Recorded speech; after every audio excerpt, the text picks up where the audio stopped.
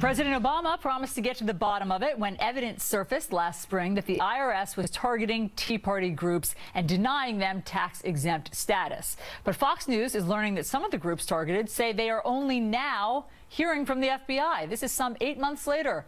This as the Justice Department comes under fire for appointing an Obama campaign donor to head the agency's criminal investigation.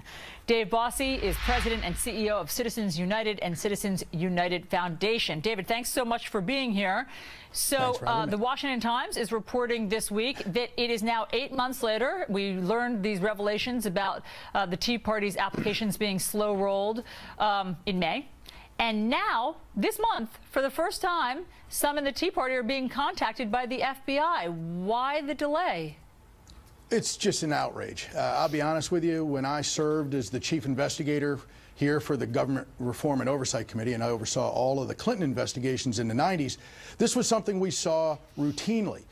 Louis Freeh, who was the FBI director, then FBI director, went to Capitol Hill and demanded that the White House stop appointing, and at that point, Janet Reno, stop appointing these criminal division and career appointees who were supporters of the Clinton administration. And so we had this fight not only inside Congress that we were pointing it out, but we had the FBI director doing it. But at the same time, we had a vibrant and aggressive oversight, meaning our committee, run by Bill Klinger and then Dan Burton, ran aggressive investigations in the House, and Alphonse D'Amato ran an aggressive investigation in the Senate, led by Mike Chertoff, then the chief counsel, but became Secretary of Homeland Security. So we had serious investigations going on in Congress. We don't have that today. That is the solution.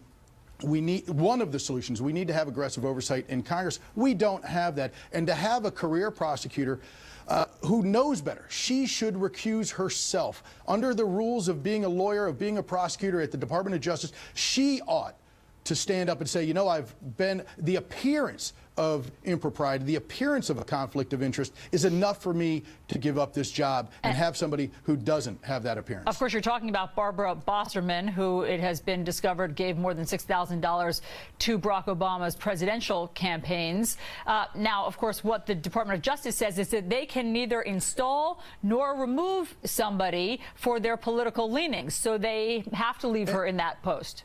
Well, I understand Eric Holder's excuses. He'll have one after, he's had one after the other on this, on Benghazi, on Fast and Furious. You name the investigation, Eric Holder will find a reason not to conduct it. However, it is the lawyer, Bosserman, who should be stepping forward, doing the right thing as a lawyer. Under her rules as a lawyer at the Department of Justice, she should be saying, the appearance, just the appearance of impropriety, the appearance of a conflict of interest is enough for me to step aside. It's the right thing to do. That is what she should do. So she's not tainted. Look, she's probably a very honorable lawyer at the Department of Justice, but she's going to be dragged through the mud over the course of the next weeks and months.